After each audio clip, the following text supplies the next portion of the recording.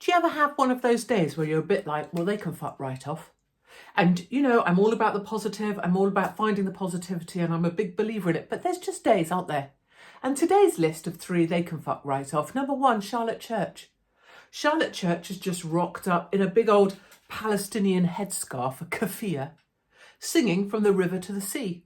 Now, frankly, at this point, I don't really give a single shit about any of that whole debate. I don't care if you want to shout at me and you're pro-Palestine. I don't care if you want to shout at me and you're an Israeli. I don't really care. What I care about the fact is that there's potholes in the road just where I live that aren't going to be filled in, and maybe that matters. And we've got kids here whose teeth are falling out of their heads and their chumbawambas and no one gives a shit. But sure, let's make Palestine our number 1 priority right here in the UK. I do give a shit that Charlotte Church, who has nothing to do with Palestine whatsoever as far as I can tell, she's Welsh. And now she's turned up dressed as a chumbawamba in a keffiyeh, a big Palestinian headscarf, to sing From the River to the Sea. She used to be this cute little thing that could sing. She was this cute little girl from Wales that had the voice of an angel, right? She opened her mouth and it was like, oh my God, that kid can sing.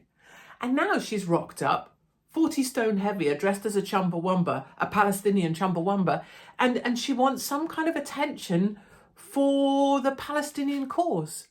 I truly believe these are people that want to belong, want some kind of belonging, want some kind of community, want some kind of feeling like they identify or belong to something, but they've lost what that is. It used to be things like where you came from, the flag, your national anthem, maybe your family members, maybe having a marriage and kind of forming a secure unit. For some people, it was the church. But no, now it's whatever the latest bandwagon you can jump on, and bugger me, do they love to have some kind of kit to go with it.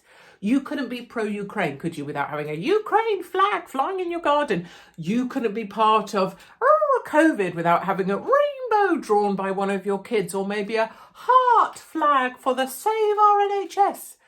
They love a bit of kit, these people. They like to have something they can wear that shows what they are, so that they can show to other people who they belong to and maybe get a pat on the back. It was a bit like when I pretended to be a white apologist at the Black Lives Matter march. And I had a sign saying, I stand, but I don't understand.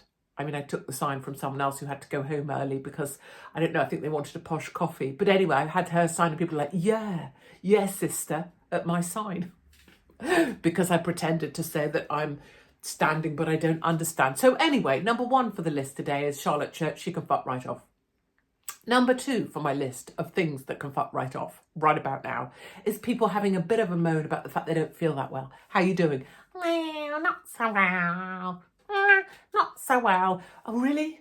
You're not so well. My fault for asking how you're doing. You know what I mean? I asked how you're doing and now you're giving me an honest answer. I wasn't wearing the face that said genuine concern. I was wearing the I'm just being a little bit pleasant today face, which means your only response option was doing good. Doing good. Or what I say to everyone, I'm doing great. I'm great. Thank you. So how are you doing? Not so well. Oh, shoot me now. Yeah, I've got this virus. I think it's going around. For fuck's sake, it's a virus. That's what viruses do. Viruses go around. It's why they're called viruses. They're not called sit on your own in a corner and don't spread at all. They're called viruses because they go around. It is going to have gone around. You are going to have it. And it is going to linger on. And one of the reasons it's going to linger on with you is because you're not getting over yourself. We get viruses. We get ill. We get poorly. But you know what you have to do? You have to say, here I go. Boom. Okay, 10 o'clock comes, I've fallen over on the sofa, I've got to have a lie down, I'm going to be sick. But to start off with, go at it. Because if you go out the attitude with, not so good, the virus knows. The virus in you knows that you're going, not so well today. And the virus goes, fuck it then, I'll have a takeover, I'll have a party, I'll grow, I'll get even bigger, I'll really go for it. You've got to fight back. And part of that fight back is putting on the face that says, here I freaking well am. And you tell that virus, here I am. And sometimes you have to wait for the rest of you to catch the hell up with that. But for now, here I am, virus, here I go. And if you see me ask you, how you doing, with the face that says, I'm quite busy actually, just tell me you're doing great. Just say great. How about that? Otherwise, you can fuck right off as well. And finally, in terms of the people who can fuck right off, is anybody apologising for Lee Anderson. I don't care if you agree with me or if you hate me. which seems to be this weird thing that young people think that if you disagree with someone, you have to hate them. That isn't true at all. But I don't care if you disagree with me. I don't even care if you hate me. It doesn't matter to me one bit, because I never once in my whole life asked anyone to agree with me. I don't care if you love what Lee Anderson said or you hate what he said. It doesn't matter, because he said it. Nobody shoved their arm up your ass, got your hands into your face and made you say what Lee Anderson said, did they? No, he said it. He owns it. He's sitting with it. He doesn't want to apologise. Good for him. I don't care if his views were the opposite of mine. I don't mind if Lee Anderson wants to say Katie Hopkins is a right C-U-N-T. Go for it, love. Go for it, because it's your opinion and you're bloody well entitled to it, and no one should make you apologise or apologise for you. So if Rishi Sunak, the tiny little nipple height, pathetic excuse for an individual with too short trousers because he thinks it makes him look taller, no it doesn't, wants to apologise, stop it. Because I tell you what, I personally believe, with some experience, having been the target of a jihadi plot to behead me, and the jihadi plot to behead me was real enough that they came to my home with hunting knives that they had practiced with.